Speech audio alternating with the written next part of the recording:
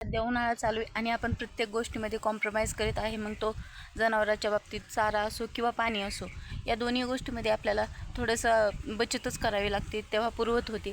त्यासाठी आपण काय केलं पाहिजे किंवा कोणत्या गोष्टी केल्या पाहिजे ज्याने आपल्या जनावरांना पोटभर चारा पण मिळू शकतो आणि आपलं म्हणजे आपल्याला कुठले मोठं रिस्क पण नाही घ्यावे लागणार किंवा जास्त गुंतवणूक पण नाही करावी लागणार. त्यासाठी सगळ्यात मेन मुद्दा असतो तो तो म्हणजे मुरघास. ज्यावेळेस आपला पावसाळा चालू आहे तोपर्यंतच आपण जास्त 1-2 एकराचं जास्त जनावरे असतील तर मुरघास बनवून त्याचे भूत बनवून ठेवू शकतो.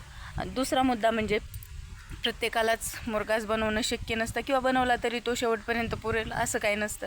कारण खाणं आणि आपण साचवणं ह्या अशा 2 गोष्टी तर की दोन्हीचा कधी मेळ बसत नाही.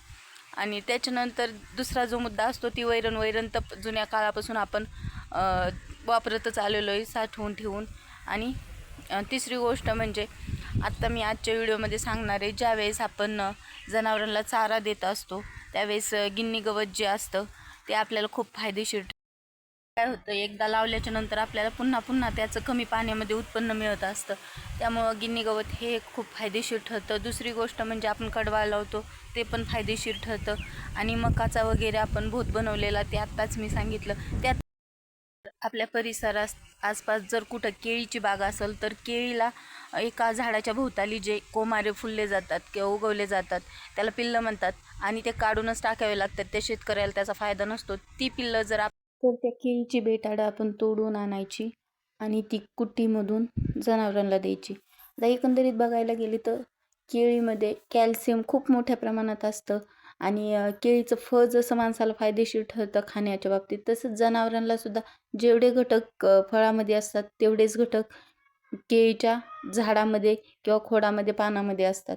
खूप मोठ्या प्रमाणात कॅल्शियम मिळतं आणि सोबतच पाण्याचंही खूप मोठं प्रमाण असतं केळीच्या झाडामध्ये. आणि ते कुटीला पण एकदम सॉफ्ट आणि सोपं जातं. आता तुम्ही बघू शकता एवढं मोठं केळीचं खोड होतं, त्याची कुटी एकदम बारीक बुकटा झालेलं, सगळं एक समान, म्हणजे वाया जाणे विषयच नाही. जर उपलब्ध होण्यासारखं असेल तर अवश्य केळीच्या बेटाडांपासून आपण जनावरांची भूक भागवू शकतो आणि तेही टाकाऊमधून टिकाऊ. आजच्या व्हिडिओमध्ये इथपर्यंतच थांबूया.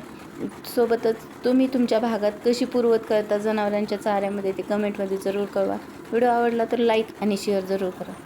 सोबतच आपल्या चॅनलवरती नवीन पहिल्यांदाच आला असाल तर चॅनलला सबस्क्राईब आणि जास्तीत जास्त सपोर्ट करा. कारण जर तुम्ही एक लाईक केलं तरी फक्त एक अंदाज येत असतो की आपला व्हिडिओ ठीक आहे किंवा कोणाला तरी आवडतोय, माहितीदार आहे. आणि दुसरी गोष्ट म्हणजे लाईकला पैसे वगैरे अजिबात जात नाहीत तुमचे. फक्त लाईक केलं म्हणजे मी योग्य आहे ही एक सूचना मिळते आणि त्यामुळं नक्कीच दुसरा व्हिडिओ बनवायला थोडासा उत्साह निर्माण होतो. व्हिडिओ शेवटपर्यंत बघितल्याबद्दल धन्यवाद. भेटूया पुढच्या अशाच एखाद्या नवीन आणि वेगळ्या व्हिडिओमध्ये. तोपर्यंत आपल्या चॅनलवरचे